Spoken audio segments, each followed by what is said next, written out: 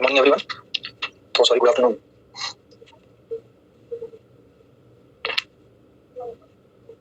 सभी आगे class start कीजिए।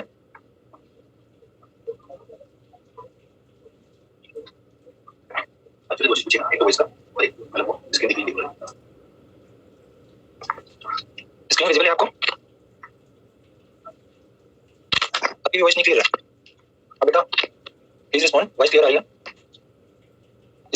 स्क्रीन क्लियर है? Okay okay okay okay okay okay, thank you. तो क्लास स्टार्ट कीजिए। Okay, so let's begin with the new topic. Okay, good afternoon everyone. So today we are going to discuss the topic biomolecules. Okay guys, तो ये जो genetics वाला 2 number module वाला का पूरा section है उसे मैं डील करूंगा, है ना, जिसमें कि आपके 12th ऑफ सितंबर को आपके नीट के पेपर है, तो इसलिए okay voice not clear, loud please. Okay, अभी क्लियर है? अभी अब तो क्लियर आ रही है ना?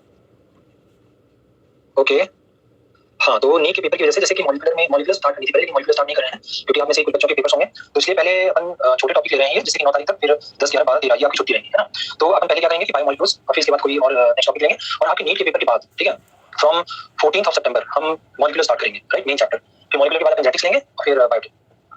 ओके, चलिए। Chhavi, is there any doubt? No बेटा, नो, पूरी बॉटनी नहीं, आपका मॉलिक्यूलर जो सेकंड नंबर मॉड्यूल आपको मिला होगा वो पूरा मैं पढ़ाऊंगा, है ना। तो चलिए टॉपिक स्टार्ट करते हैं। ओके, सो बायोमॉलिक्यूल्स की बात करते हैं बेटा, है ना। तो बायोमॉलिक्यूल्स बेसिकली क्या है? बायोलॉजिकल मॉलिक्यूल्स, है ना। क्या बोला हमने? Biomolecules, bio means biological molecule. ठीक बेटा, बायोलॉजिकल मॉलिक्यूल, और भी can say bio means life भी होता है बेटा। हमें पता है कि बायो मींस क्या होता है? लाइफ, है ना। ऐसे मॉलिक्यूल्स जो लाइफ के लिए एसेंशियल है, और वी कैन से कि लिविंग ऑर्गेनिज्म से ऑब्टेन किए जाते हैं, ठीक है। लिविंग ऑर्गेनिज्म क्या किए जाते हैं? ऑब्टेन किए जाते हैं। जैसे कि यहाँ पर दिया हुआ है, यहाँ पे क्या क्या है, जैसे न्यूक्लिक एसिड की बात करें बेटा, न्यूक्लिक एसिड हमें क्या क्या है? हमें डीएनए है, आरएनए है, ये क्या है? Nucleic acid. कहां लिविंग होता है? नॉन लिविंग है, ये चीजें है क्या नॉन लिविंग? नहीं। तो यानी ये क्या है? ये बायोमॉलिक्यूल्स है। Nucleic acid is a biomolecule. Carbohydrate की बात करें बेटा, कार्बोहाइड्रेट भी क्या है? बायोमॉलिक्यूल है। लिपिड में कार्बोहाइड्रेट में जैसे कि आपने बोला है ग्लूकोज, ठीक है। ग्लूकोज ही क्या है कि मेन कार्बोहाइड्रेट मतलब एनर्जी सोर्स है हमारी बॉडी का, राइट। इसके बाद बात करते हैं बेटा लिपिड में। लिपिड भी क्या है? बायोमॉलिक्यूल है। प्रोटीन भी क्या है? बायोमॉलिक्यूल। मेनली हम क्या है कि इनकी स्टडी करेंगे इस बायोमॉलिक्यूल चैप्टर में, है ना। अब बेटा ये देखिए यहाँ पे है क्या? बायोमॉलिक्यूल्स में लाइफ मॉलिक्यूल्स और भी कैसे बायोलॉजिकल मॉलिक्यूल्स। अब देखो, molecule group of chemically compound. सबसे पहली चीज तो ये है कि मॉलिक्यूल क्या होता है ये हमें पता होना चाहिए बेटा। क्या है कि जब डिफरेंट टाइप ऑफ एटम्स मिलते हैं तो क्या बनाते हैं, क्या फॉर्म करते हैं? मॉलिक्यूल्स, है ना। डिफरेंट टाइप ऑफ बॉन्ड्स के थ्रू। जैसे बेटा अगर मैं ऑक्सीजन की बात करूं तो ये ऑक्सीजन क्या है? ये सिंपल एटम। ये ऑक्सीजन क्या है? अगर मैंने ऐसे लिखा तो ये ऑक्सीजन एटम है, लेकिन अगर मैं ऐसे लिख देता हूं या कि मैंने इसे O2 के फॉर्म में लिखा तो बेटा ये क्या है? ये मॉलिक्यूल है। क्या है? मॉलिक्यूल है। तो एक चीज ये बच्चों को डाउट आता है कि सर क्या molecule same type of element या डिफरेंट? नहीं बेटा, सेम टाइप ऑफ एलिमेंट भी हो सकते हैं, डिफरेंट टाइप ऑफ एलिमेंट्स भी हो सकते हैं। जैसे अगर मैं CO2 की बात करूं, यहाँ पर दो ऑक्सीजन, दो डिफरेंट टाइप ऑफ एटम है, ठीक है। अगर मैं NH2CO NH2 की बात करूं, यूरिया बोलते हैं बेटा इसका, तो ये भी क्या है? ये मॉलिक्यूल है, different type of nitrogen carbon oxygen है ना। तो डिफरेंट टाइप ऑफ एलिमेंट्स मिलकर इन्होंने क्या फॉर्म किया? यूरिया। ये यूरिया होता है ना। और ये तो मॉलिक्यूल क्या है? Group of chemically combined atoms, है ना। केमिकल बॉन्ड्स के थ्रू, ये देखिए ये बॉन्ड्स के थ्रू ये कंबाइंड है, यही क्या बोला हमने? मॉलिक्यूल बोला है। तो बेटा पूरे टॉपिक में ये जो पूरा चैप्टर है इसमें हम ऑर्गेनिक मॉलिक्यूल्स की बात करेंगे, है ना। किसकी बात करेंगे? ओके, चलिए मैं माइक को हाथ में ले लेता हूं, अब क्लियर होगा आपको, है ना। तो आप बताना बेटा, is there any problem regarding mic और visibility? Okay, please ask your questions. Okay बेटा, तो मैं कंटिन्यू करूं बेटा। ऐसे ना देखो, आगे लोगों को प्रॉब्लम है तो your internet connection, it might be that problem is from your side, so okay try to.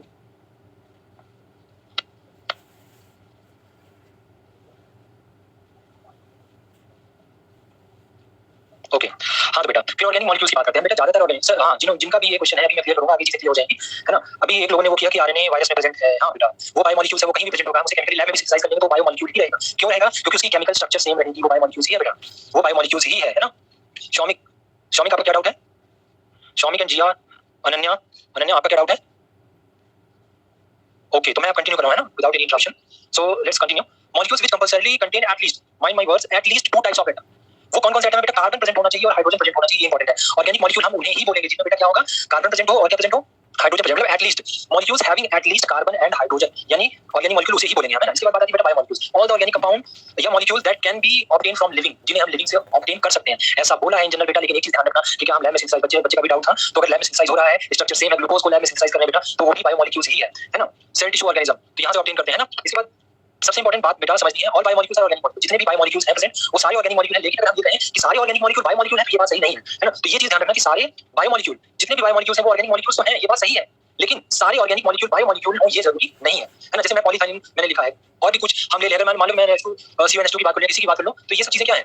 जितने भी पॉलीमर्स आप केमिस्ट्री में पढ़ते हैं तो क्या है? केमिकल कंपाउंड तो हैं, ऑर्गेनिक मॉलिक्यूल है, लेकिन क्या वो बायोमॉलिक्यूल है? नहीं है ना। तो बायोमॉलिक्यूल्स जितने भी हैं सारे ऑर्गेनिक मॉलिक्यूल्स हो सकते हैं, लेकिन सारे ऑर्गेनिक मॉलिक्यूल बायोमोलिक्यूल्स नहीं हो सकते, है ना। चलो बेटा, all living organisms are made up of the same elements and compound. ये चीज इंपॉर्टेंट है कि जितने भी लिविंग ऑर्गेनिज्म, बेटा चाहे मैं माइक्रोब्स की बात करूं, अगर मैंने माइक्रोब्स का नाम लिया तो भी, प्लांट्स की बात करूं, अगर मैं बेटा प्लांट्स बोल रहा हूं, एनिमल बोल रहा हूं, तो सब में क्या है बेटा, सबका केमिकल कंपोजिशन सेम होगा, है ना। मतलब इनमें भी कार्बन, हाइड्रोजन, ऑक्सीजन, नाइट्रोजन, ये सारे एलिमेंट्स ही मिलेंगे, राइट। अब अगर बात करते हैं हम, जैसे अगर हम कोई एलिमेंटल एनालिसिस परफॉर्म करते हैं, ठीक है, जैसे एलिमेंटल एनालिसिस हमने की, अगर हम लेते हैं प्लांट टिश्यू लिया हमने बेटा, और क्या लिया, एनिमल टिश्यू लिया या माइक्रोबियल पेस्ट लिया, है ना। जैसे माइक्रोब्स क्या है कि माइक्रोस्कोपिक नेचर होते हैं, यहाँ पर हमने ढेर सारे माइक्रोब्स हमने क्या किया, माइक्रोबियल पेस्ट बनाया, और माइक्रोबियल पेस्ट के थ्रू हमने क्या किया, बेटा plant tissue, animal tissue, microbial paste को, बेटा एक चीज मैं आपको और बता देना चाहूंगा, उनका डायरेक्ट रोल भी होना चाहिए, है ना।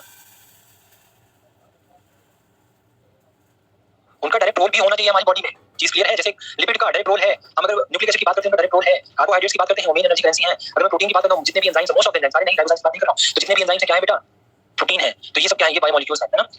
बायोमोलिक्यूल्स बहुत सारे हैं, हम सब डिस्कस नहीं करें, हम वो डिस्कस कर रहे हैं बेटा जो हमारे सिलेबस में है ना। क्वेश्चन भी हमारे वहीं से आएंगे सारे क्वेश्चन। हां बेटा, डीएनए बायोमोलिक्यूल्स है, डीएनए है बायोमोलिक्यूल्स। बेटा डिफरेंस ऑर्गेनिक मॉलिक्यूल और बायोमोलिक्यूल्स मैंने आपको बता चुका हूं कि बायोमोलिक्यूल्स जो है वो लिविंग बॉडी में सिंथेसाइज होंगे, वहां से ऑब्टेन किए जा सकते हैं, उन्हें बना सकते हैं, लैब में, लेबोरेटरी में डेफिनेटली बनाए जा सकते हैं, लेकिन उनका ह्यूमन बॉडी में मेन रोल होगा, ठीक है। सारे ऑर्गेनिक मॉलिक्यूल, अगर मैं बात करूं, जैसे मैंने एग्जांपल भी दिया था, इसने आपने स्लाइड में देखा कि पॉलीथाइलिन, तो पॉलीथाइलिन को एनिमल बॉडी में सिंथेसाइज कर सकते हो, नहीं, उसका क्या रोल है हमारे उसमें, नहीं, है ना। प्लास्टिक के जितने भी पॉलीमर्स हैं, सारे पॉलीमर क्या है, ऑर्गेनिक मॉलिक्यूल, लेकिन वो बायोमोलिक्यूल बोले जाएंगे, नहीं, है ना। तो यहां पे आप समझेंगे कि हम एलिमेंटल एनालिसिस कर रहे हैं बेटा, इसको ध्यान से समझना, है ना। एलिमेंटल एनालिसिस कर रहे हैं, और इसमें एलिमेंटल एनालिसिस में क्या चीज ये आप ध्यान देंगे कि जैसे अगर मैंने एनालिसिस में मैंने क्या लिया, अगर मैं लिविंग की बात करता हूं, लिविंग टिश्यू लिया बेटा, लिविंग टिश्यू में मैं कुछ भी ले सकता हूं, मैंने वेजिटेबल लिया, लिवर टिश्यू लिया, माइक्रोबियल पेस्ट लिया, कुछ भी लिया, ठीक है। तो उसमें हमें क्या मिलेगा बेटा कि कार्बन मिलेगा, हाइड्रोजन मिलेगा, एंड ऑक्सीजन मिलेगा, सेवरल अदर एलिमेंट्स मिलेंगे, यहां पे है सेवरल अदर एलिमेंट्स हमें मिलेंगे, है ना। और वहीं पर अगर हम नॉन लिविंग की बात करते हैं बेटा, नॉन लिविंग में अगर हम नॉन लिविंग में भी हम अगर यही एनालिसिस करते हैं तो हमें यही एलिमेंट्स सिमिलर टाइप ऑफ, तो ज्यादातर अगर लिस्ट में देखें तो मोस्ट ऑफ द एलिमेंट्स यही देखने को मिलेंगे हमें। देखो, gives a list of similar chemicals, ठीक है, मोस्ट ऑफ द केमिकल्स क्या होंगे, सिमिलर होंगे। हां बेटा, डीएनए पॉलीमर है बेटा, डीएनए पॉलीमर है।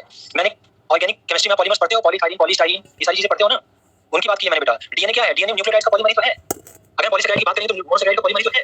प्रोटीन की बात करें बेटा, प्रोटीन क्या है, अमीनो एसिड का पॉलीमर ही तो है। तो पॉलीमर है बेटा biomolecules. A close examination reveals that relative abundance of carbon and hydrogen, अगर बेटा बात करते हैं हम, है ना, तो यही सिमिलर एलिमेंट्स हमें नॉन लिविंग, जैसे नॉन लिविंग में बेटा हमने लिया था क्या, आप सभी अपना मॉड्यूल खोल के बैठेंगे, है ना बेटा। यहाँ तो आप ध्यान देंगे, मॉड्यूल में खोल के बैठेंगे। अब यहाँ पे देखो, तो हमने बोला कि क्लोज एग्जामिनेशन किया है, तो क्लोज एग्जामिनेशन में क्या देखने मिला, कार्बन और हाइड्रोजन की अगर हम रिस्पेक्टिव अबंडेंस देखते हैं तो वो क्या है कि लिविंग बीइंग्स में ज्यादा है as compared to earth crust. अगर हम जैसे मान लो कार्बन की बात करते हैं तो कार्बन कितना है लिविंग में, 18.5, ठीक है, लेकिन अगर वही नॉन लिविंग में या अर्थ क्रस्ट में बात करते हैं बेटा, कितना 0.03 है। वही हाइड्रोजन की बात करो तो यहाँ पर 0.5 है, ठीक है। वैसे तो हाइड्रोजन 9.5 होता है, लेकिन बेटा ये चीज क्या कर रखी है, हाँ बेटा 0.03 लिखा है ना, 0.03% है ये, आपके अभी टेबल आएगी तो ये चीज। और हाइड्रोजन की बात करें तो 0.14%। तो देखा जाए तो relative abundance carbon and hydrogen की किसमें, लिविंग में ज्यादा है as compared to non living के रिस्पेक्ट में, लिविंग में कार्बन एंड हाइड्रोजन ज्यादा है ना। अब बेटा यहाँ पे आप देख सकते हो, ये टेबल है, इस टेबल में आप देखो कि सबसे पहले बात देखो, क्वेश्चन यहाँ पर कहाँ से है, अर्थ क्रस्ट बेटा, अर्थ क्रस्ट यानी आपने जमीन का कोई भी टुकड़ा ले लिया वही अर्थ क्रस्ट है, राइट। तो कोई भी, अब आपकी स्क्रीन पे है बेटा ये टेबल, ठीक है, ये टेबल आपकी स्क्रीन पे है। आप यहाँ पर देखेंगे, अगर हम बात करते हैं ऑक्सीजन की तो बेटा ऑक्सीजन आप देखेंगे कि मैक्सिमम क्या प्रेजेंट है ह्यूमन बॉडी में। अगर बात करें परसेंटेज बाय मास अगर हमने देखा तो सबसे ज्यादा क्या है, 65% ऑक्सीजन प्रेजेंट है। और वहीं देखें तो अर्थ क्रस्ट में भी ऑक्सीजन, तो एक क्वेश्चन तो ये आ सकता है कि मैक्सिमम अर्थ क्रस्ट में भी क्या है, मैक्सिमम अर्थ क्रस्ट में भी मैक्सिमम क्या है, ऑक्सीजन, और लिविंग बॉडी में भी मैक्सिमम ऑक्सीजन है, ठीक है बेटा। इसके बाद मिनिमम पे क्वेश्चन आता है, तो मिनिमम आप देखेंगे कि मिनिमम पे क्या है, सिलिकॉन नेग्लिजिबल अमाउंट में है ना, इस टेबल से क्वेश्चन चलेगा। तो ह्यूमन बॉडी में सिलिकॉन एब्सेंट होता है। और अगर इसकी बात करें तो नाइट्रोजन, आपको ये चीज पता है कि हमारे यहाँ की जो सॉइल है तो वो क्या है कि नाइट्रोजन डेफिशिएंट है, यानी सॉइल में नाइट्रोजन क्या है, एब्सेंट, है ना, एब्सेंट है। तो इसीलिए हम बेटा यूरिया, है ना, यूरिया NH2CO हम यूज करते हैं खेतों में।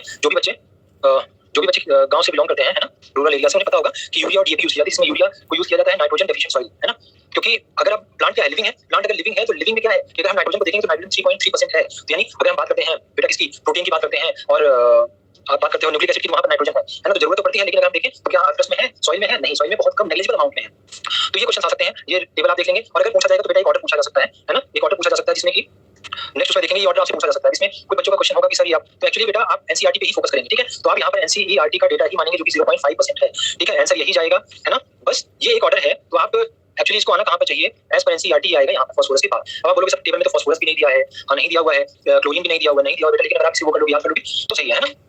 तो ये ऑर्डर पूछा जा सकता है, मतलब मैं बस ये एक्सप्लेन करना चाह रहा हूँ आपको कि क्वेश्चन यहाँ पर ऑर्डर से आ सकता है, बाकी पूरी टेबल आपको मेमोराइज करने की जरूरत नहीं है ना बेटा। मोस्ट अबंडेंट बता चुके हैं, अर्थ क्रस्ट में ऑक्सीजन बेटा बता दिया, अर्थ में भी है, और लिविंग ऑर्गेनिजम्स में भी ऑक्सीजन ही है ना। लीस्ट भी बता दिया मैंने आपको, है ना, as per NCERT least amount में क्या प्रेजेंट है, सिलिकॉन ह्यूमन बॉडी में या लिविंग ऑर्गेनिज्म में। और अगर हम नॉन लिविंग या अर्थ क्रस्ट की बात करते हैं तो बेटा अर्थ क्रस्ट में कौन प्रेजेंट है, नाइट्रोजन, ठीक है। तो ये ऑर्डर पे आपसे बेटा क्वेश्चन पूछा जा सकता है। इसके बाद आ जाता है average chemical composition of cells. बेटा अगर सेल के हम एवरेज केमिकल कंपोजिशन की बात करें, हमने कोई भी सेल ली, प्लांट सेल ली, एनिमल सेल ली, माइक्रोबियल सेल ली, और उसका एवरेज बेटा वो करेक्ट ऑर्डर ही लिखा हुआ है, उसमें जो चीजें एनसीईआरटी के अकॉर्डिंग नहीं है आप उन्हें कट कर सकते हो, है ना। जो चीजें एनसीईआरटी में नहीं रखी हैं आप उन्हें हटा दो। बाकी ऑर्डर मैं just I just want to explain दी कि क्वेश्चन कैसे पूछा जाएगा आपसे।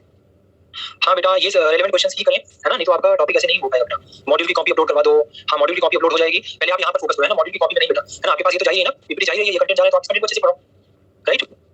हाँ बेटा, देखना तो वाटर, अगर हम बात करते हैं तो percentage of the total cellular mass का 70 to 90% क्या होता है बेटा, वाटर होता है। चाहे किसी भी लिविंग ऑर्गेनिज्म की बात करें, वो माइक्रोब्स हो, एनिमल हो या कि क्या हो। नो बेटा, हाइड्रोजन इज नॉट 0.05 की नहीं कर देगा, ये कैसे कर दोगे, है ना, अननेसेसरी क्वेश्चन बेटा ये ना करो। हाँ बेटा, प्लांट भी होगा, प्लांट के लिए ले लो आप, उसमें मैक्सिमम क्या होता है बेटा, वाटर कंटेंट होता है। तो चाहे हम प्लांट, एनिमल या माइक्रोब्स की बात करें, किसी की भी बात करें तो बेटा उसमें मैक्सिमम क्या है, वाटर 70 to 90%। इसका बेटा प्रोटीन्स है ना, ऑर्गेनिक। एक चीज और ध्यान रखनी, मोस्ट अबंडेंट इनऑर्गेनिक मॉलिक्यूल, ये क्वेश्चन पूछा जाएगा आपसे, मोस्ट अबंडेंट इनऑर्गेनिक मॉलिक्यूल। तो मोस्ट अबंडेंट इनऑर्गेनिक मॉलिक्यूल बेटा क्या है, वाटर, क्या है, वाटर। और वहीं पर अगर आपसे क्वेश्चन पूछ लिया जाए कि most abundant organic molecule, most abundant organic molecule, तो आंसर क्या जाएगा, प्रोटीन, ठीक है, क्योंकि वाटर में आप देख रहे हो, मैंने अभी क्या बताया था, एटलीस्ट अभी हाइड्रोजन एंड कार्बन, है ना, उसे हम ऑर्गेनिक मॉलिक्यूल बोलेंगे। वाटर के फॉर्मूले में कहीं भी आपको कार्बन दिख रहा है, हाइड्रोजन तो है, ऑक्सीजन नहीं है। ओके ओके बेटा, हाँ लिंक टूट जाता है, ओके ओके। चलिए, तो प्रोटीन हो गया 10 to 15%। बेटा ये सीक्वेंस आपको याद होनी चाहिए, इसको याद रखने के लिए आप क्या वो कर सकते हो, है ना, एक चीज इसको आप ऐसे याद कर सकते हो, व्हाइट पेंटेड न्यू कार ली, है ना, व्हाइट पेंटेड न्यू कार ली, ये सीक्वेंस आपको याद रह जाएगा। यहाँ पर भी बेटा ऑर्डर पूछ लिया जाता है, ऑर्डर भी पूछ लिया जाता है, परसेंटेज भी पूछ लिया जाता है। तो देखो 70 to 90% वाटर है, इसका प्रोटीन है 10 to 15% न्यूक्लिक एसिड यानी ऑर्गेनिक मॉलिक्यूल, ये सारी चीजें भी ऑर्गेनिक। 5 to 7% न्यूक्लिक एसिड है, कार्बोहाइड्रेट 3% है, 2% लिपिड है बेटा, और 1% आयंस है, ठीक है। आयंस अगेन क्या हो गए, इनऑर्गेनिक मॉलिक्यूल हो गए, है ना। तो ये टेबल आपको सही से होनी चाहिए, ये जिसको भी समझना है इस तरीके से आप याद कर सकते हो, व्हाइट पेंटेड न्यू कार ली, और तो आपको ये सीक्वेंस याद रह जाएगी। व्हाइट से डब्ल्यू हो गया वाटर, पी से प्रोटीन हो गया, एन से न्यूक्लिक एसिड हो गया, आर से कार्बोहाइड्रेट हो गया, एल से लिपिड हो गया, आई से आयंस हो गए, है ना। अब आगे बेटा, all the carbon compounds that we get from living tissues can be called biomolecules, है ना, लिविंग टिश्यू से ये डेफिनेशन पहले की जा चुकी है। In animals proteins and approximate, protein क्या है, प्रोटीन सबसे ज्यादा, मतलब जो मेजर कॉन्स्टिट्यूएंट होता है हमारी बॉडी का, एनिमल बॉडी का, वो क्या है, प्रोटीन है, जो कि 60 to 70% पोर्शन बनाता है। अगर वहीं पर बेटा प्लांट की बात करते हैं तो प्लांट में क्या होता है, कार्बोहाइड्रेट कितना बनाते हैं, अप्रॉक्सीमेटली 80%, ठीक है। और ये जितनी भी चीजें ली जाती हैं बेटा ड्राई वेट के रिस्पेक्ट में ली जा रही है ना, वाटर को एक्सक्लूड करके, है ना, वाटर को पूरी तरीके से रिमूव करके, जो कि हम बॉर्न कैलोरीमीटर से वाटर को पूरा रिमूव करके देन उसके बाद हम देखते हैं तो प्रोटीन कितना होता है, 60 to 70%, लेकिन एनिमल बॉडी में और प्लांट में कार्बोहाइड्रेट। तो अगर आपसे पूछा जाए कि एनिमल बॉडी में मोस्ट अबंडेंट ऑर्गेनिक मॉलिक्यूल्स आप प्रोटीन बोलोगे, और वहीं पर अगर प्लांट में पूछा जाए तो क्या बोलोगे, कार्बोहाइड्रेट। प्लांट में कार्बोहाइड्रेट क्यों बोले बेटा, क्योंकि प्लांट में सेल वॉल होती है, सेल वॉल किसकी बनी है बेटा, सेलुलोज की बनी है ना। तो इस वजह से अब बात करते हैं ऑर्गेनिक कंपाउंड्स ऑफ सेल में हम क्या क्या पढ़ने जा रहे हैं, कार्बोहाइड्रेट की बात करें, लिपिड की बात करें, प्रोटीन की, न्यूक्लिक एसिड की, है ना। फिर इसके बाद various molecule biomolecules present in living tissue like vegetable और piece of liver can be studied by their chemical analysis. उसकी हम केमिकल एनालिसिस करके उसमें क्या क्या एलिमेंट्स हैं इसको हम एनालाइज कर सकते हैं। तो इसके लिए क्या करते हैं बेटा, उसको एक प्रोसीजर समझेंगे नेक्स्ट स्लाइड में, है ना। फिर इसके बाद पूरा स्लाइड को कर लेना। यहाँ पर आप समझो कि हम क्या लेते हैं, हमने लिविंग टिश्यू लिया, क्या लिया बेटा, लिविंग टिश्यू लिया, फिर और क्या लिया, ट्राइक्लोरोएसिटिक एसिड, सभी स्क्रीन पे देखेंगे, है ना, स्क्रीन विजिबल है ना, ट्राइक्लोरोएसिटिक एसिड। अब बेटा इसे चाहे हम ग्राइंडर ले लें या कि जैसे एनसीईआरटी में आपको बता रखा है पिस्टल एंड मोर्टार, है ना, इस तरीके से आपने लैब में देखा होगा, ऐसी कुछ स्ट्रक्चर होती है, कुछ बच्चों को इलेक्ट्रिक दिख रहा होगा। तो क्या हो गया बेटा, पिस्टल एंड मोर्टार, क्या है, पिस्टल एंड मोर्टार, राइट बेटा। तो ये क्या हो गया, पिस्टल एंड मोर्टार।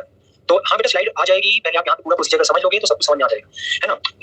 हाँ, तो यहाँ पर हम क्या करेंगे बेटा, इसे पूरी तरीके से ग्राइंड करेंगे, है ना, अच्छी तरीके से हमने ग्राइंड किया। तो हमें अगर अच्छे से हम ग्राइंड करते हैं, इसकी जगह पे हम क्या ले सकते हैं बेटा, ग्राइंडर ले सकते हैं, या आपके घर में ग्राइंडर समझ रहे हो जो मिक्सर यूज होता है, जो मम्मी यूज करती है किचन में। तो हमें बेटा मिलती है थिक स्लरी, क्या मिलती है, थिक स्लरी। उस थिक स्लरी को अब हम क्या करेंगे बेटा, सपोज ये कोई कंटेनर है बेटा, है ना, फिर चीज क्लॉथ, है ना, चीज क्लॉथ मैंने इस तरीके से शो कर दिया चीज क्लॉथ को। अब आप यहाँ पे देखेंगे बेटा कि ये जो थिक स्लरी है, इस थिक स्लरी को मैं सपोज मैंने चीज क्लॉथ के थ्रू पास कराया, है ना। तो जो जितनी भी चीजें फिल्टर होके हमने सिर्फ इसमें घोला है ट्राइक्लोरोएसिटिक एसिड में, है ना, ट्राइक्लोरोएसिटिक एसिड में। तो जो भी चीजें फिल्टर होके आ गई उसको हमने बोला बेटा क्या, फिल्ट्रेट, क्या बोला, फिल्ट्रेट। या इसे बोलते हैं क्या बेटा, acid soluble pool, acid soluble pool.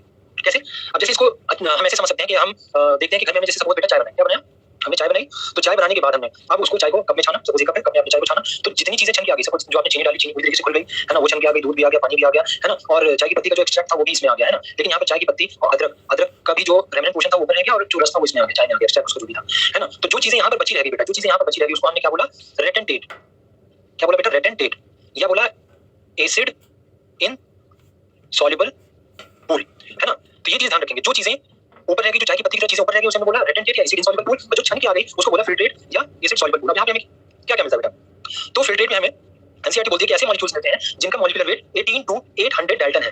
कितना है, 18 to 800 डाल्टन, है ना, 18 to 800 डाल्टन मॉलिक्यूलर वेट वाली सारी किसमें आ जाते हैं, फिल्ट्रेट में एसिड सॉल्युबल पूल में, यानी वो एसिड में सॉल्युबलाइज है, एसिड के साथ इंटरेक्शंस होकर एसिड में सॉल्युबलाइज है, और वो एसिड के साथ किसमें आ गए, फिल्टर होकर फिल्ट्रेट में आ गए बेटा। तो उनका एग्जांपल देख लेते हैं कि यहाँ पर क्या क्या आ जाएगा बेटा, प्रोटीन की मोनोमेरिक यूनिट अमीनो एसिड, वो भी यहाँ पे आ जाएगी, मोनोसैकेराइड, ठीक है बेटा, मोनोसैकेराइड आ गए। इसके बाद हम बात करें नाइट्रोजनस बेस, या बेटा हम कह सकते हैं न्यूक्लियोटाइड्स, ठीक है, ये किसकी, न्यूक्लिक एसिड मोनो। तो इनकी जितनी भी मोनोमेरिक यूनिट्स हैं, मैक्रोमोलेक्यूल्स की मोनोमेरिक यूनिट, जैसे अब यहाँ पे क्या मिलेगा, इन्हीं की जो पॉलीमेरिक यूनिट्स होंगी, है ना। जैसे अमीनो एसिड से क्या बनता है बेटा, प्रोटीन बनता है, तो प्रोटीन मिलेगा हमें यहाँ पर।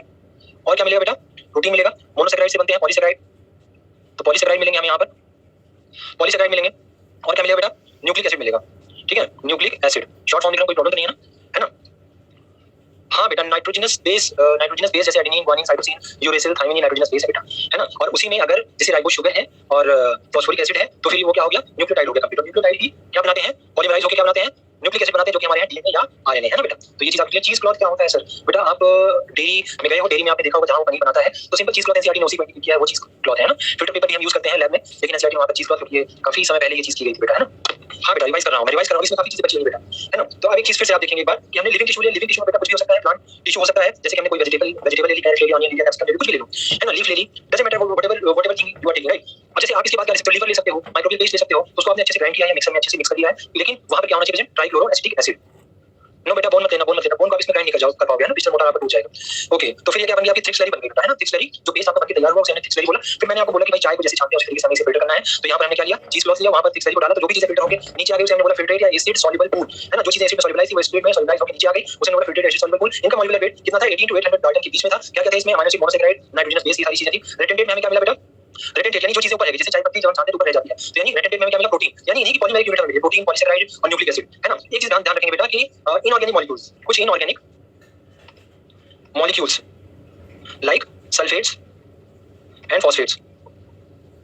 अब देख लो ये इनऑर्गेनिक मॉलिक्यूल यहाँ पे कार्बन नहीं है ना, तो ये inorganic molecule sulphate and phosphate, ये भी हमें, क्योंकि एसिड में सॉल्युबलाइज है बेटा, ट्राइक्लोरोएसिटिक एसिड में ये सॉल्युबलाइज है, इसलिए सॉल्युबलाइज होकर ये नीचे आ जाते हैं, है ना। इसके बाद अच्छा बेटा एक चीज ध्यान रखना, यहाँ पर हम ये भी कह सकते हैं कि molecular weight less than 1000 Dalton, 1000 Dalton से इनका कम होगा, इनका मोर देन 1000 डाल्टन। अभी सारी चीजें आगे क्लियर हो जाएंगी। इसके बाद बेटा आपने एक चीज नोटिस की होगी यहाँ पर कि मैंने लिपिड या फैटी एसिड नहीं लिखा, तो क्यों नहीं लिखा ये चीज समझिएगा। तो लिपिड हमें बेटा कहाँ पे मिलता है, लिपिड हमें कहाँ पे मिलता है ना बेटा, लिपिड की बात करें, लिपिड हमें मिलता है यहाँ पर रेटेंटेट में, यहाँ पे मिलता है लिपिड, लिपिड यहाँ पे मिलता है बेटा, रेटेंटेट में ही लिपिड मिलता है, लिपिड यहाँ मिलता है, जो कि एक एक्सेप्शन है। एक्सेप्शन अभी आगे आप समझते हैं कि एक्सेप्शन क्यों है, क्या है बेटा, लिपिड एक्सेप्शनली यहाँ पे मिलता है, कहाँ पर मिलता है, रेटेंटेट में एक्सेप्शनली मिलता है हमको, हाँ एक्सेप्शनली मिलता है हमें यहाँ पर।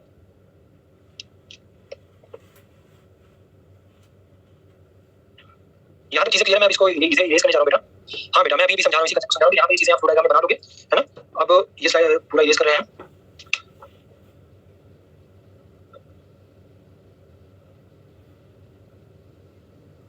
अब यहाँ पर समझेंगे बेटा कि लिपिड रेटेंटेट में हमें क्यों मिला, क्यों एक्सेप्शनली लिपिड, ठीक है। एनसीईआरटी यहाँ पर लिख रही है, एनसीईआरटी क्या बोलती है कि जो मॉलिक्यूलर वेट है किसका बेटा, मॉलिक्यूलर वेट लिपिड का डू नॉट एक्सीड 800 डाल्टन, ठीक है। फिर भी वो हमें रेटेंटेट में मिला, जबकि हम ये बात कह चुके हैं कि फिल्ट्रेट में हमें वो मिलेंगे जिनका 18 to 800 डाल्टन है, ठीक है। 18 to 800 डाल्टन है, वो हमें किसमें मिल रहा है बेटा, फिल्ट्रेट में मिल रहे हैं। तो लिपिड के केस में क्या होता है बेटा कि जैसे कि हमने अभी बोला कि हमने क्या किया था कि जब हमने टिश्यू को ग्राइंड किया तो मेम्ब्रेन टूटी, वहां पर क्या था, CCl3 COH, ट्राइक्लोरोएसिटिक एसिड था, है ना। तो एक्वस मीडियम में लिपिड मॉलिक्यूल रिसाइकिल फॉर्म कर लेते हैं, क्या फॉर्म कर लेते हैं बेटा, लिपिड मॉलिक्यूल किसमें, एक्वस मीडियम में क्या कर लेते हैं, रिसाइकिल फॉर्म कर लेते हैं।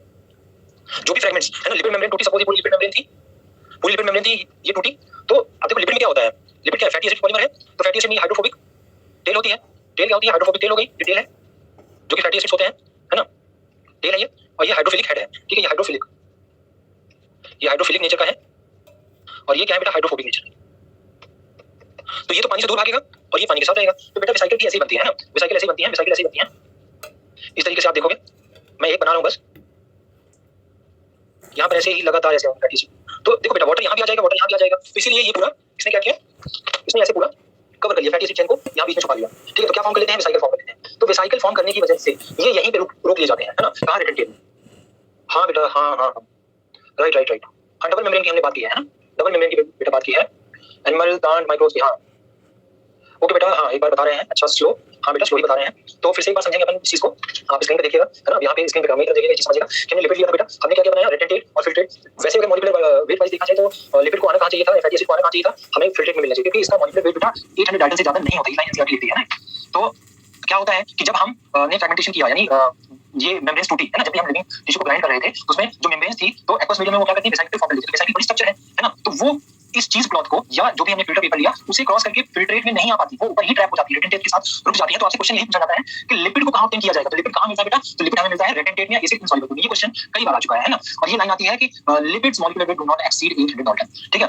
Still lipid is present in retentate और एसिड इनसॉल्युबल पूल, राइट। अब आगे बढ़ते हैं, इसमें आप किसी भी तरह का कोई डाउट नहीं है, है ना, हमने बात कर ली ये पूरा कि केमिकल कंपोजिशन को कैसे, देखो पिस्टन एंड मोटर यहां दिखाया हुआ है बेटा, है ना, इसके बाद यहाँ पे लाइंस लिखी हुई है, when we strain this slurry through cheese cloth और cotton, it gives two fractions, one is called filtrate और एसिड सॉल्युबल पूल। यहाँ पे आप देखते हैं कि फिल्ट्रेट और acid soluble pool having thousands of organic compounds, ठीक है। Other fraction is called retentate और acid soluble pool containing protein, nucleic acid and amino acid. जितनी भी पॉलीमर यूनिट्स थी वो हमें यहाँ पे मिली थी, ठीक है। The acid soluble pool contains chemicals with small molecular mass 18 to 800 dalton approximately, ठीक है। दे आर कॉल्ड माइक्रोमोलिक्यूल्स और biomicromolecules, they include amino acid, sugar, nucleotides, ठीक है, ठीक है। माइक्रोमोलिक्यूल्स में बेटा लिपिड आता है, लेकिन वो हमें किस सेक्शन में मिलता है? मैक्रोमोलिक्यूल्स वाले सेक्शन में मिलता है। ये चीज बहुत ध्यान रखिए। हाँ बेटा बिल्कुल सही, बिल्कुल सही। हाँ कम होता है, फैटी एसिड का भी कम होता है ना। अब बात करते हैं lipids are not strictly macromolecules. देखो बात कर दी कि नॉट स्ट्रिक्टली मैक्रोमोलिक्यूल्स, लेकिन मिलता कहां पे है? मैक्रोमोलिक्यूल वाले सेक्शन में मिलता है हमें। ये रिटेंटेड में एसिड इनसॉल्युबल पूल में मिलता है। They molecular weight do not exceed 800 dalton. NCERT line का इस लाइन को जरूर आप ध्यान रखेंगे। But they come under macromolecular fraction और retentate because when we grind a tissue cell membrane other membranes are broken into pieces and form vesicle. ये चीज ये मैं आपको समझा चुका हूं पहले, है ना बेटा। तो क्या बनती है? वेसिकल्स बनती है, which are not water soluble lipids are also present in structure like membrane and other membrane. जितनी भी मेम्ब्रेन से लिपिड प्रेजेंट है ना।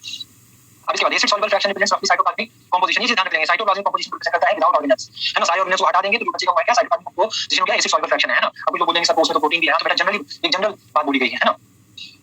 While the acid insoluble fraction represents the macromolecules, cytoplasm and cell organelles, है ना। Cell organelles भी वहीं रुक जाएंगे। The two fractions, वैसे भी सेल ऑर्गेनेल्स बचेंगे कहां पे? हम उन्हें मिक्सर में ग्राइंड करें, प्रेशर में तोड़ रहे हैं तो बचेंगे, मेम्ब्रेन के फ्रैगमेंट्स हो जाएंगे, उनके जो भी मेजर कॉन्स्टिट्यूएंट्स हैं वो भी बाहर आ जाएंगे। The two fractions together represent the entire chemical composition of living organisms, ठीक है। यहां तक सब कुछ क्लियर बेटा। फैटी एसिड के बारे में क्यों नहीं लिखा है वो भी एक्सेप्शन है बेटा। फैटी एसिड मोनोमोलिक्यूल है, फैटी एसिड से ही तो लिपिड बने बेटा। जितने भी लिपिड्स हैं क्या है? फैटी एसिड से पॉलीमराइजेशन से बने हैं, पॉलीमरिक एस्टर है बेटा। चलिए आप देखिए बायोमोलिक्यूल्स की बात करें तो बेटा बायोमोलिक्यूल्स दो कैटेगरी में कैटेगराइज किया गया है। एक है क्या? माइक्रोमोलिक्यूल्स और मैक्रोमोलिक्यूल्स। किसके बेसिस पे? कि जैसे हमने जो स्लरी थी उसे फिल्टर किया उसके बेसिस पे, है ना। तो अब देखो एसिड सॉल्युबल बेटा अभी बहुत अच्छी तरीके से क्लियर किया है मैंने, है ना। जो भी एसिड सॉल्युबल थे यानी ट्राइक्लोरोएसिटिक एसिड में सॉल्युबल थे वो सब कहां गए? कहां गए बेटा? फिल्ट्रेट में आ गए, है ना। जैसे कि अमीनो एसिड का नाइट्रोजन बेस मोनोसैकेराइड्स और मैक्रोमोलिक्यूल जिनका मॉलिक्यूलर वेट क्या है? 1000 डाल्टन से ज्यादा है। प्रोटीन है, न्यूक्लिक एसिड है, पॉलीसैकेराइड है, ठीक है। और ये कहां पे प्रेजेंट है? एसिड इनसॉल्युबल पूल और वी कैन से रिटेंटेड। बिल्कुल सही। अब इसके बाद बेटा आपके उसमें दे रखा है मेटाबोलाइट्स, है ना। क्या दे रखा है बेटा? मेटाबोलाइट्स। अभी हाँ देखिए इसके पहले एस एनालिसिस दे रखा है, उसको मैं इसी बात दूंगा, है ना। यहीं पे भी समझेंगे एस एनालिसिस को कि अभी हमने जितने भी ऑर्गेनिक मॉलिक्यूल्स हैं उनका केमिकल कंपोजिशन कैसे है वो हमने देख लिया। अब यहाँ पर हम देख रहे हैं मेटाबोलाइट्स। मेटाबोलाइट्स बेसिकली क्या होता है बेटा कि दो substances that are generally involved in metabolism, है ना। फैटी एसिड की साइज, बेटा साइज की बात नहीं करेंगे हम, यहाँ मॉलिक्यूलर वेट की बात कर रहे हैं। मैं आपको बार-बार क्लियर कर चुका हूँ, प्लीज डोंट रिपीट। हाँ साइज की बात नहीं हो रही बेटा, मॉलिक्यूलर वेट की बात हो रही है। तो जो माइक्रो मॉलिक्यूल्स होंगे उनका लेस देन 1000 होगा और जो बायो मैक्रो मॉलिक्यूल्स होंगे उनका मोर देन 1000 होगा, राइट। लिपिड का 800 से ज्यादा नहीं होता है। तो सबको ये चीज क्लियर है? हाँ हार्दिक ओके। तो मेटाबोलाइट्स के लिए मैंने क्या बोला कि ऐसे सब्सटेंसेस जो कि मेटाबॉलिज्म में इन्वॉल्वड हैं उन्हें हमने क्या बोला? मेटाबोलाइट्स बोला। मेटाबोलाइट्स दो टाइप के हैं, एक को बोला हमने प्राइमरी मेटाबोलाइट, एक बोला सेकेंडरी मेटाबोलाइट। प्राइमरी मेटाबोलाइट क्या है बेटा? एसेंशियल फॉर ग्रोथ एंड मतलब नॉर्मल ग्रोथ एंड रिप्रोडक्शन के लिए एसेंशियल है, नॉर्मल फिजियोलॉजी के लिए ऑर्गेनिज्म के लिए एसेंशियल है कौन? Primary metabolite. उसके बिना कुछ नहीं हो सकता। सपोज हम एक एग्जांपल लेते हैं बेटा प्राइमरी मेटाबोलाइट का, क्लोरोफिल की बात करते हैं, ठीक है। किसकी बात की बेटा? क्लोरोफिल की। क्लोरोफिल क्या है? प्राइमरी मेटाबोलाइट का। क्लोरोफिल अगर बेटा नहीं होगा तो क्या प्लांट फोटोसिंथेसिस कर पाएगा? फोटोसिंथेसिस नहीं कर पाएगा। फोटोसिंथेसिस नहीं कर पाएगा अगर क्लोरोफिल नहीं होगा। तो इसका रोल है ना नॉर्मल ग्रोथ। अगर प्लांट को नॉर्मल ग्रोथ करनी है तो उसमें क्या क्लोरोफिल प्रेजेंट होना चाहिए? हाँ डेफिनेटली प्रेजेंट होना चाहिए, है ना। इसके बाद अगर बात करते हैं हीम की बात करते हैं बेटा, है ना। हीम भी है प्राइमरी मेटाबोलाइट। इसके ये कैसे है कि हमने देखा बेटा कि क्या बनता है जिससे हम हीमोग्लोबिन की बात करते हैं, है ना। तो ये मेजर कॉन्स्टिट्यूएंट है, तो इसके बिना भी काम नहीं चल सकता, है ना। अब यहाँ पे बात करें not essential for growth and reproduction, है ना। और इनका वो फंक्शन भी अगर देखा जाए तो सेकेंडरी मेटाबोलाइट्स का मेनली नोन नहीं है कि प्लांट इसे क्यों सिंथेसाइज करता है, वेल नोन नहीं है ना। अब these are found in all organisms. अगर हम प्राइमरी मेटाबोलाइट्स की बात करते हैं तो सारे ऑर्गेनिजम्स में मिलता है और ये नहीं मिलते, not found in all organisms, ठीक है। सेकेंडरी मेटाबोलाइट जैसे हम बात करें जितने माइक्रो ऑर्गेनिजम्स हैं वो सिंथेसाइज करें, सपोज बैक्टीरिया है, फंजाई है, ये सब सिंथेसाइज कर रहे हैं, प्लांट सिंथेसाइज कर रहा है। जैसे अगर आप बात करते हो alkaloids, morphine, codeine, carotenoids, pigment है, एंथोसाइन है, ठीक है। तो ये सब बेटा सेकेंडरी मेटाबोलाइट है ना। Physiological rules are not known, are known, ये वेल नोन है। अगर प्राइमरी मेटाबोलाइट की बात करते हैं हम, हाँ बेटा सारे की नहीं बात करें, सबकी बात नहीं करेंगे बेटा। इसका अगर मैंने ये बोला कि क्लोरोफिल है प्राइमरी, इट डजंट मीन कि वो सब में प्रेजेंट हो, ये नेसेसिटी नहीं है ना कि सब में प्रेजेंट हो, ये जरूरी नहीं है। लेकिन जिनमें प्रेजेंट है अगर उनमें वो चीज एब्सेंट कर दी जाएगी, उसे हटा दिया जाएगा तो उनकी लाइफ अफेक्ट होगी, उनकी नॉर्मल फिजियोलॉजी अफेक्ट होगी उस चीज से, है ना। लाइफ और नॉर्मल फिजियोलॉजी उनकी अफेक्ट होगी, समझ रहे हो इस बात को। अब इसके बाद देखेंगे एग्जांपल्स आप देखेंगे इसमें कि क्या है? Amino acids, sugars, fatty acid, nucleic acid, nucleotides, ये जितनी भी चीजें हैं क्या इनके बिना लाइफ पॉसिबल है? नहीं है। प्रोटीन को हटा दिया जाए बेटा तो क्या एंजाइम्स नहीं रहेंगे, तो एंजाइम्स बिना लाइफ पॉसिबल नहीं है ना। अब देखिए physiological rules are not known, however these अगर इनका देखा जाए तो इकोलॉजिकल रूल हमें पता है, इकोनॉमिक इंपॉर्टेंस पता है हमें, इकोलॉजिकल रूल्स हम देखते हैं। जैसे मान लो किसी प्लांट ने कुछ सेकेंडरी मेटाबोलाइट बनाए, है ना। तो क्या किया? डिफेंस मैकेनिज्म, है ना। As a defence mechanism herbivore से बचने के लिए उसने कुछ सिंथेसाइज किए हुए हैं और पॉलिनेटर्स को अट्रैक्ट करने के लिए उसने कुछ केमिकल सिंथेसाइज किए हुए हैं। तो इकोलॉजिकल इंपॉर्टेंस, इकोनॉमिक इंपॉर्टेंस क्या है बेटा? रबर है, गम है, सेलुलोज, ये सब प्लांट बनाता है एज अ सेकेंडरी मेटाबोलाइट। उसका यूज क्या है, क्यों सिंथेसाइज कर रहा है हमें नहीं पता, पूरी तरीके से नहीं पता है ना। लेकिन उसकी इकोनॉमिक इंपॉर्टेंस यानी हमारी लाइफ में उसकी इंपॉर्टेंस है। Alkaloids such as alkaloid, morphine, codeine, drugs में हैव बीन लास्टिंग कर्क्यूमिन, है ना, एंटीबायोटिक्स, ये सब क्या है बेटा? Secondary metabolite. ओके अब देखो बेटा पिगमेंट्स की बात करते हैं। जैसे सेकेंडरी मेटाबोलाइट कौन-कौन सी टेबल दे रखी है एनसीईआरटी में, ये आप ध्यान रखेंगे। कैरोटीनॉइड्स, एंथोसायनिन, एल्कलॉइड्स में बात करें मॉर्फिन है, कोडीन है, टर्पेनॉइड्स में बात करें मोनोटर्पीन, डाइटर्पीन, एसेंशियल ऑयल्स में लेमन ग्लॉस ऑयल, टॉक्सिन्स में एब्रिसिन। ये चीज बहुत है। अच्छा एक चीज आप ध्यान रखिएगा, यहां से फ्रीक्वेंटली क्वेश्चंस आते हैं, यहां से मैच द कॉलम वाले। कौन से क्वेश्चन आते हैं बेटा? मैच द कॉलम, हर साल आता है मैच दी, ठीक है बेटा। मैच द कॉलम वाले क्वेश्चन यहाँ से डायरेक्ट आते हैं, जैसे कुछ भी दे दिया गया तो आपको मैच करना होगा, कुछ भी पिगमेंट यहाँ पे दे दिया, यहाँ से चीज हटा के यहाँ पे दे दी, तो टेबल फॉर्म में बन जाता है एग्जाम में, इजी होता है। आइए टेबल आपको ध्यान रखिए, पिगमेंट्स में सिंपल है। अब देखो पिगमेंट्स में कैरोटीनॉइड्स, अगर हमने देखो बोला था तो अभी इस चीज को समझिएगा कि जैसे पिगमेंट्स की बात की गई, कैरोटीनॉइड्स है, एंथोसाइन है, तो बेटा क्या एंथोसाइन पिगमेंट का काम क्या है? एंथोसाइन प्लांट वैक्यूल में प्रेजेंट है, कहां प्रेजेंट है? प्लांट की वैक्यूल में, है ना, प्लांट सेल की वैक्यूल में प्रेजेंट है। तो अगर वैक्यूल में प्रेजेंट है, हमने एंथोसाइन पिगमेंट को हटा दिया तो क्या उसकी लाइफ इफेक्ट होगी? सिर्फ वो फ्रूट को कलर नहीं दे पाएगा, है ना, फ्रूट को कलर नहीं दे पाएगा, बस हो गया, कैरोटीनॉइड्स को हटा दिया। देखो क्लोरोफिल की बात कर रहे थे, क्लोरोफिल बेटा क्या था? नेसेसरी पिगमेंट था, वो होना ही चाहिए, मस्ट है, लेकिन ये एसेसरी पिगमेंट, तो सेकेंडरी मेटाबोलाइट्स क्या है बेटा? अगर देखा जाए जो पिगमेंट्स है वो ऐसे ही है। अगर कैरोटीनॉइड्स नहीं होगा, है ना, कैरोटीनॉइड्स नहीं हो तो इसका मतलब ये नहीं कि प्लांट फोटोसिंथेसिस करना बंद कर देगा, ऐसा नहीं है। फोटो कैरोटीनॉइड्स की प्रेजेंस में जो एफिशिएंसी है, फोटोसिंथेसिस की एफिशिएंसी है वो बढ़ जाएगी, बट फोटोसिंथेसिस स्टॉप नहीं होगा। और कैरोटीनॉइड्स एब्सेंट है तो फिर एफिशिएंसी कम होगी, लेकिन फोटोसिंथेसिस होती है क्योंकि क्लोरोफिल पिगमेंट मेन पिगमेंट है ना। तो ये चीज ध्यान रखेंगे।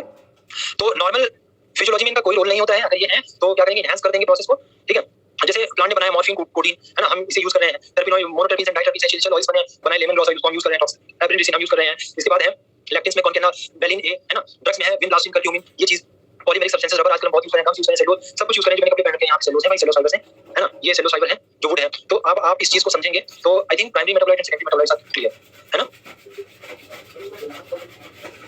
ओके ओके क्लियर है। तो बेटा ये चीज बहुत एक बार मैं रिवाइज कराना चाहूंगा आपको। तो प्राइमरी मेटाबोलाइट का क्या होगा कि ऑर्गेनिज्म की नॉर्मल फिजियोलॉजी में डायरेक्ट रोल होगा, डायरेक्ट इन्वॉल्वमेंट होगा। हीमोग्लोबिन का डायरेक्ट इन्वॉल्वमेंट है, क्लोरोफिल का डायरेक्ट इन्वॉल्वमेंट है, प्रोटीन का डायरेक्ट इन्वॉल्वमेंट है। अगर हम कार्बोहाइड्रेट की बात करें डायरेक्ट इन्वॉल्वमेंट है, न्यूक्लिक एसिड का डायरेक्ट इन्वॉल्वमेंट है। अगर मान लो कि डीएनए नहीं है, अगर डीएनए नहीं प्रेजेंट है हमारी बॉडी में, तो फिर क्या होगा? आप सोचो कि क्या होगा कि फिर ट्रांसक्रिप्शन नहीं होगा, एमआरएनए नहीं बनेगा, ट्रांसलेशन नहीं होगा, प्रोटीन नहीं बनेगा, तो प्रोटीन नहीं बनेगा तो हम डेड हो जाएंगे। तो इतनी इंपॉर्टेंस है प्राइमरी मेटाबोलाइट, पूरी मतलब इंपॉर्टेंस हमें पता है। लेकिन अगर बात की जाए सेकेंडरी मेटाबोलाइट, ये तो सारे ऑर्गेनिज्म बनाते नहीं है, और जो बनाते हैं उसका हमें वेल नोन फंक्शन पता नहीं है, है ना, कि क्यों बना रहे हैं प्लांट, राइट। बस वो हमारे यानी इकोलॉजिकल रोल हमें पता है, क्योंकि क्या है उनकी इकोनॉमिक इंपॉर्टेंस क्या है वो हमें पता है ना। अब बेटा स्टार्ट करते हैं हम क्या। अच्छा हाँ, अभी मैंने बोला था आपसे कि अपन डिस्कस करेंगे इसी में। बेटा हम डिस्कस करने जा रहे थे क्या, एज एनालिसिस टेक्निक दे रखी है ना, ये चीज डिस्कस कर लेते हैं। अगर हमें इनऑर्गेनिक कॉन्स्टिट्यूएंट्स का पता लगाना है तो उसके लिए क्या करते हैं बेटा? इनऑर्गेनिक कॉन्स्टिट्यूएंट्स के लिए तो हम क्या करते हैं बेटा? एज एनालिसिस टेक्निक है ना बेटा। हाँ सर, लास्ट में एक शॉर्ट रिकैप दे दीजिएगा। ओके बेटा, शॉर्ट रिकैप चाहिए। ओके, समझ में तो आ रहा है ना? जिसे क्लियर ना हो, जिसे समझ में ना आए बता देना, है। तो एज एनालिसिस टेक्निक बेटा, हमने बोला ऑर्गेनिक को हमने पता कर लिया, हमने अभी जो स्लरी बनाई थी वहां से ऑर्गेनिक का पता लगा लिया, सारे ऑर्गेनिक थे। अब यहाँ पर अच्छा वहां पर हमने सल्फेट और फॉस्फेट की बात कर दी कि कुछ तो होंगे ना ऐसे इनऑर्गेनिक मॉलिक्यूल जो कि सॉल्युबलाइज होंगे, एसिड में जो सॉल्युबलाइज होंगे वो फिल्टर होकर हमें फिल्टर में मिल जाएंगे। एज एनालिसिस में क्या करते हैं कि कोई भी हमने लिविंग टिश्यू लिया बेटा, ध्यान से, लिविंग टिश्यू लिया हमने, कोई भी वेजिटेबल लिया, एनिमल टिश्यू ले लिया, लीवर का टुकड़ा ले लिया, उसको क्या करेंगे बेटा? पहले वे करेंगे, ड्राई करेंगे, मतलब वाटर रिमूव करेंगे। वाटर रिमूव किया हमने, ठीक है, वाटर रिमूव किया, फिर इसके बाद क्या करेंगे बेटा? इसको हम फुली बर्न करेंगे, जला देंगे इसे बेटा। तो अगर हमने इसे फुली बर्न किया है, यार बड़ा करता हूं, यहां से कुछ चीजें निकलेंगे बेटा। तो फुली बर्न किया है तो क्या होगा बेटा? जितने भी कार्बन कंटेनिंग कंपाउंड होंगे कार्बन डाइऑक्साइड के फॉर्म में निकल जाएंगे, रिमेनिंग वाटर भी उसका भी लॉस हो गया। तो यहां पर बचेगा वो क्या बचेगा बेटा?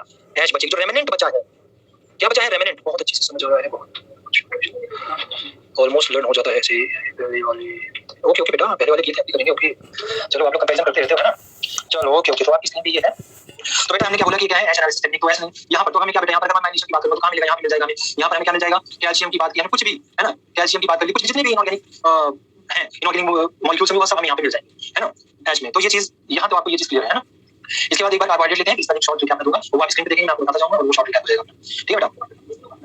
कार्बोहाइड्रेट स्टार्ट कर देते हैं, मोनोसैकराइड्स कर बेटा। राख, आप अभी प्लांट का कुछ भी तोड़ के लेके आना, उसको जला देना, है ना। पहले तो उसे करना कि छत पे रख देना, वो ड्राई हो जाएगा, फिर उसे जला देना, जो भी बचेगा वो आपका हैश होगा, राइट। अब बेटा इसके बाद अभी स्टार्ट करने के इसके बाद शॉर्ट रिकैप दे पाएंगे ना, टाइम खत्म हो जाएगा। कार्बोहाइड्रेट्स की बात करते हैं बेटा। कार्बोहाइड्रेट्स क्या है? Carbohydrates are the main source of energy, these are main respiratory substrate है, मेन रेस्पिरेटरी सब्सट्रेट है। Carbohydrates are also instant source of energy बेटा, इंस्टेंट सोर्स ऑफ एनर्जी है कार्बोहाइड्रेट। आपको पता है कि अगर आप ये बताओ आपको तुरंत एनर्जी चाहिए तो आप क्या खाओगे? जलेबी खाओगे, आप ग्लूकोन डी पियोगे, है ना। तो उसमें क्या है? उसमें क्या है? ग्लूकोज है ना। ऐसा थोड़ी ना करोगे कि यार आप दारू डालडा या घी खाने, है ना, घी खाएंगे फिर एनर्जी, तो उससे एनर्जी जल्दी नहीं आएगी। सबसे पहले ऑक्सीडेशन किसका होता है बेटा? और ये चॉकलेट हाँ बेटा वो मीठी है ना, तो उसमें ग्लूकोज है बेटा, है ना। तो सबसे पहले क्या होता है? अगर हम ऑक्सीडेशन की बात करें बेटा, ऑक्सीडेशन देखें, ऑक्सीडेशन तो सबसे पहले किसका होता है? कार्बोहाइड्रेट का। कार्बोहाइड्रेट का होता है, फिर उसके बाद बेटा लिपिड का नंबर आता है, फिर उसके बाद किसका नंबर आता है? प्रोटीन सबसे लास्ट आता है। सब प्रोटीन सबसे लास्ट में क्यों आता है? प्रोटीन सबसे लास्ट में बेटा इसलिए आता है क्योंकि मैंने आपको बताया था कि अगर ड्राई वेट देखा जाए तो एनिमल बॉडी का मेजर कंस्टिट्यूएंट क्या है? प्रोटीन है। तो यार प्रोटीन हटा दोगे तो सब कुछ खत्म हो जाएगा, तो कंकाल बचेगा ना, कंकाल बचेगा, लाइफ नहीं पॉसिबल होगी, है ना। इसलिए जब प्रोटीन का ऑक्सीडेशन होने लग जाता है तो बोल देते हैं स्टार्वेशन कंडीशन आ गई। कैसी कंडीशन? स्टार्वेशन कंडीशन आ गई, है ना। अनशन पे बैठे हो, हाँ बेटा राइस खाओगे तुरंत एनर्जी मिलेगी, बिल्कुल सही। तो सबसे पहले बेटा कार्बोहाइड्रेट का ऑक्सीडेशन होता है, फिर लिपिड का होता है, फिर प्रोटीन का होता है ना। तो हमने बोलते हैं carbohydrate main source of energy है, मेन रेस्पिरेटरी सब्सट्रेट है और इंस्टेंट सोर्स ऑफ एनर्जी है। अब बात करते हैं compounds of carbon hydrogen oxygen में क्या होगा? कार्बन होगा, हाइड्रोजन होगा, ऑक्सीजन होगा। अब बात करते हैं हाइड्रोजन और ऑक्सीजन। तो हाइड्रोजन और ऑक्सीजन देखो 2:1 के रेशियो में, हाइड्रोजन और ऑक्सीजन कैसे होगा? 2:1 के रेशियो में, यानी हमने देखा सही तो वाटर में भी H2O है ना। तो इसीलिए कार्बन को बोला, अगर हमने इसका जनरलाइज फार्मूला बनाया तो हमने बोला CH H2O का Y, है ना, H2Y। तो हमने बोला कि इसी जनरलाइज फार्मूला, यानी हम इसको कह सकते हैं हाइड्रेट्स ऑफ कार्बन। कार्बोहाइड्रेट्स ये तो कहना जा रहा है, carbo means carbon, hydrates means water, यानी हाइड्रेट्स ऑफ कार्बन। सीधे बोल दिया हाइड्रेट्स ऑफ कार्बन। कार्बोहाइड्रेट्स क्या है बेटा? Hydrates of carbon. क्लियर हुआ? अब यहाँ पर देख लो, ये दे रखा है, एग्जांपल दे रखा है आपको। लेकिन क्या ये जो जनरलाइज फार्मूला है क्या ये सारे फॉलो करते हैं? नहीं, सारे फॉलो नहीं करते, लेकिन वो फिर भी कार्बोहाइड्रेट है बेटा। ये सबके रिस्पेक्ट में सही नहीं है, सबके रिस्पेक्ट में सही नहीं है। जैसे देखो एक एग्जांपल ले लेते हैं हम, जैसे मैंने बोला राइबोज शुगर, किसी बेटा बोल दी राइबोज शुगर की बात की, राइबोज शुगर आरएनए में प्रेजेंट होती है। फिर बात की बेटा deoxy ribose sugar, deoxy ribose sugar, deoxy ribose sugar, इसका होता है C5H10O5। ये तो फॉलो कर रहा है, कैसे फॉलो कर रहा है? मैंने लिखा CH2O और X की वैल्यू 5, Y की वैल्यू 5। हां सर, ये तो बिल्कुल फॉलो कर रहा है, इसी का एक्सपेंशन है C5H10O5। हां सर, ये तो उसको फॉलो कर रहा है, hydrates of carbon molecule follow कर रहा है। लेकिन डीऑक्सी राइबोज जो डीएनए में प्रेजेंट होती है शुगर, यहां पर क्या होता है? सॉरी सर ऑफ टॉपिक में, पर आपकी हैंडराइटिंग बहुत अच्छी है। ओके बेटा, थैंक यू। अब यहां पर देखना C5H10O4, ठीक है बेटा, O4 यहां पर बेटा होता क्या है, आगे स्ट्रक्चर हम देखेंगे। और होगा क्या वहां पर कि सेकंड प्राइम जो OH होता है वहां से ऑक्सीजन रिमूव हो जाता है, इसलिए बोलते हैं डीएनए ज्यादा स्टेबल होता है एज कंपेयर टू आरएनए, क्योंकि आरएनए में राइबोज शुगर होती है और वहां पर ये होता है। स्ट्रक्चर में डिस्कस नहीं करेंगे, शॉर्ट में बता दिया आपको, डीएनए की स्टेबिलिटी का एक कारण होता है ये ऑक्सीजन कम है वहां पर, है ना। तो रिएक्टिविटी कम हो जाती है बेटा, रिएक्ट नहीं करता, स्टेबिलिटी शो करता है ना। हां बेटा, सेकंड प्राइम OH, है ना। अब यहां पर आगे बात करते हैं, लो मॉलिक्यूलर वेट होता है chemical carbohydrate sweet in soluble in water, इसलिए इनको क्या बोल देते हैं बेटा? शुगर बोल देते हैं। एक चीज ध्यान रखना बेटा, शुगर का बोल देंगे, दो कंडीशन बस ध्यान रखना, ये चीज ध्यान नहीं रखनी है। पहली चीज टेस्ट में स्वीट होना से सबसे पहले तो सॉल्युबलाइज होता है शुगर, सॉल्युबलाइज भी टेस्ट में दिया। हां सर, आगे आ जाओ। आप ऐसा करते हैं कि शॉर्ट रिकैप ले लेते हैं, है ना। अब टाइम आपका होने वाला है तो एक शॉर्ट रिकैप लेते हैं। पहले बात करते हैं बेटा, है ना, स्टार्टिंग में। हाँ छवि, क्या डाउट है आपको? छवि प्लीज चैट सेक्शन में आप पूछे डाउट को प्लीज।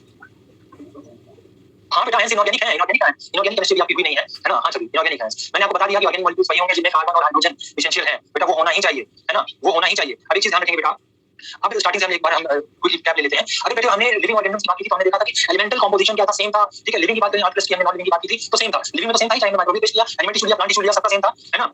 सर छवि को हर क्लास में डाउट होते हैं। ओके, तो हमने कुछ भी लिया, एलिमेंटल कंपोजिशन सेम था, बस हमने कुछ उनका जो रेशियो है परसेंटेज बाय मास वो चेंज होता है ना। लेकिन similar type of elements, almost similar type of elements others में भी मिलते हैं, लिविंग ऑर्गेनिज्म में मिलते हैं। वहां पे स्पेशली हमने बेटा कार्बन और हाइड्रोजन की बात की थी। कार्बन क्या था एनिमल में या लिविंग की बात करें 18.5% था, और हाइड्रोजन की बात करें तो 0.5% था, है ना। वहीं पर अगर हम हाइड्रोजन की बात करें तो 0.14 था, और कार्बन कितना था? आज में बहुत कम 0.03% था, है ना। तो वहां पे मैंने आपको बोल दिया था। अब आपसे पूछा जाता है कि मैक्सिमम क्या प्रेजेंट है, तो चाहे लिविंग हो चाहे नॉन लिविंग मैटर हो, दोनों में ही मैक्सिमम ऑक्सीजन है। लिविंग की बात करें तो बेटा 65, और यहां पर नॉन लिविंग की बात करते हैं तो 46.6%, राइट। इसके बाद हमने बात की थी कि लिस्ट आप बता दोगे, सिलिकॉन एनिमल बॉडी में नहीं प्रेजेंट है, लिविंग में नहीं प्रेजेंट है, और नाइट्रोजन डेफिशिएंट होती है सॉइल, इसलिए हमें ध्यान रखिएगा कि 10% डेफिशिएंसी है किसकी? नाइट्रोजन की। इसके बाद बेटा हमने बात की थी और जो याद करने वाली चीजें हैं तो आप याद करोगे, पार्टिकल वाइज कराने वाले में है। जो हमने केमिकल कंपोजिशन की बात की थी, तो केमिकल कंपोजिशन ऑफ सेल लिया हमने, तो वहां पर हमने देखा कि सबसे ज्यादा वाटर कंटेंट होता है ना। 70 to 90% कोई भी लिविंग ऑर्गेनिज्म होगा उसको अपनी मेटाबॉलिक एक्टिविटीज को परफॉर्म करने के लिए मैक्सिमम वाटर कंटेंट रखना पड़ता है, राइट। तो इसलिए 70 to 90% वाटर होगा, 10 to 15% आपका प्रोटीन होगा, फिर 5 to 7% आपका न्यूक्लिक एसिड होगा, फिर 3% आपका क्या होगा बेटा? कार्बोहाइड्रेट होगा, 2% लिपिड होगा। वहां पे मैंने बात भी की थी, आप फिर बोली थी शॉर्ट से, है ना, आप अपनी भी बना सकते हो, है ना। तो वहां पर मैंने ट्रिक क्या बताई थी, आप मुझे बताओगे? व्हाइट पेंटेड न्यू कार्ली बेटा, नहीं, व्हाइट पेंटेड न्यू कार्ली, मतलब पेंटेड, व्हाइट पेंटेड न्यू कार्ली। तो W से हो जाएगा क्या? वाटर, P से हो जाएगा प्रोटीन, N से न्यूक्लिक एसिड, K से कार्बोहाइड्रेट, L से क्या हो जाएगा बेटा? लिपिड, और I से क्या हो जाएगा? आयंस हो जाएंगे, जो कि 1% होते हैं, है ना। इसके बाद बेटा हमने बात की थी जो कि इंपॉर्टेंट है, प्राइमरी एंड सेकेंडरी मेटाबोलाइट की। तो प्राइमरी मेटाबोलाइट की, सेकेंडरी मेटाबोलाइट की बात करते हैं। प्राइमरी मेटाबोलाइट डायरेक्ट रोल होता है, जैसे क्लोरोफिल की बात की, हीम की बात की, अमीनो एसिड की बात की, प्रोटीन की बात की हमने, पॉलीसैकेराइड्स की बात की, ऑलिगोसैकेराइड, किसी की भी कार्बोहाइड्रेट की बात की, तो इनका सब डायरेक्ट रोल है हमारी बॉडी में, है ना, या किसी भी एनिमल या लिविंग की बॉडी में डायरेक्ट रोल है। इसलिए हमने बोला कि क्या सर बायोलॉजी का एनसीईआरटी वो किनफ है क्या? नो बेटा, मॉड्यूल के साथ एनसीईआरटी फॉलो करो, एनसीईआरटी सारी चीजें हम कवर करते चल रहे हैं और आपकी मॉड्यूल ने भी कवर की हुई है ना। तो इसलिए हाँ बेटा, डीएनए भी बिल्कुल डीएनए नहीं होगा भाई, प्राइमरी मेटाबोलाइट है डीएनए को अगर आपकी उससे हटा दिया जाएगा तो आपकी लाइफ पॉसिबल नहीं है ना। इसके बाद सेकेंडरी मेटाबोलाइट की बात की हमने, तो पिगमेंट थे, कैरोटीनॉइड थे, एंथोसाइनिन थे बेटा, है ना, ऑयल था, लेमन ग्रास ऑयल था, है ना, टॉक्सिन थे, एडेनिन, है ना। तो ये सारी चीजें थी, ये टेबल है, टेबल आपको याद करनी है। कार्बोहाइड्रेट्स पर भी हमने बात कर ली कि मेन साइड सब्सट्रेट होगा, कार्बोहाइड्रेट में हाइड्रेट्स ऑफ कार्बन बोला, हाइड्रोजन और ऑक्सीजन की पावर 2:1 के रेशियो में। ये इंपॉर्टेंट चीज है कि हाइड्रोजन 2:1 के रेशियो में है, हाइड्रोजन और ऑक्सीजन का रेशियो है ना, ये चीज ध्यान रखिएगा, क्योंकि आगे के जो भी बायोमॉलिक्यूल्स पढ़ेंगे लिपिड फॉर्म में कंपैरिजन करेंगे, है ना। हाँ बेटा, ऑफलाइन क्लासेस स्टार्ट हो गई हैं, मैं भी लेके आ रहा हूँ, है ना। तो ऑफलाइन क्लासेस भी स्टार्ट हो गई हैं। ओके बेटा, हाँ कैरोटीन, नो बेटा, ज़ैंथोफिल, हाँ बेटा, ये सारे पिगमेंट्स अगर इनको हटा देते हैं तो बेटा कोई भी फर्क नहीं पड़ेगा। ऐसी चीजें जिन्हें हटा दिया जाए और हमारी नॉर्मल फिजियोलॉजी को अफेक्ट ना करें, वो सेकेंडरी मेटाबोलाइट हम कह सकते हैं कि बहुत बड़ा रोल नहीं है। मैंने ये भी बताया आपको, रोल नहीं है, है ना। ओके बेटा, तो आपकी क्लासेस आज की ओवर होने वाली है, तो 173 पार्टिसिपेंट्स हैं आज, है ना। ओके, कल से अपन तेजी से स्टार्ट करेंगे बेटा, है ना। कल आप लोग एक बार मॉड्यूल देखेंगे। ओके बेटा, आप मॉड्यूल देखेंगे और मॉड्यूल देखेंगे तो आसान होगा चीजों को एक्सप्लेन करना, क्योंकि कल कार्बोहाइड्रेट पूरा खत्म करना होगा, वहां से स्टार्ट करेंगे हम। ओके, हाँ, तो कल समझने वाली चीजें पे फोकस किया जाएगा, देन उसके बाद हाँ बेटा, बिल्कुल हाँ, क्वेश्चंस आर सफिशिएंट। अगर आप मॉड्यूल से क्वेश्चन करते हो that is more than sufficient. Okay बेटा,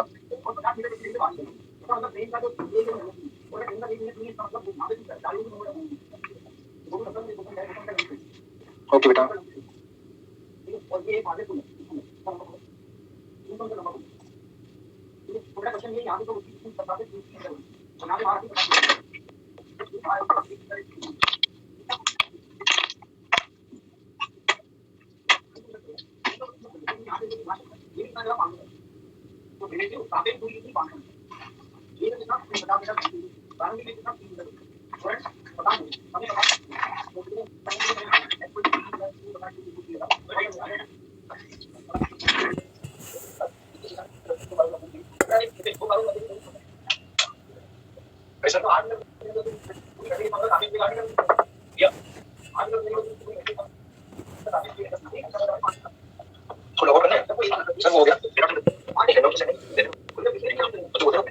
कैसे सेंड करना है सर?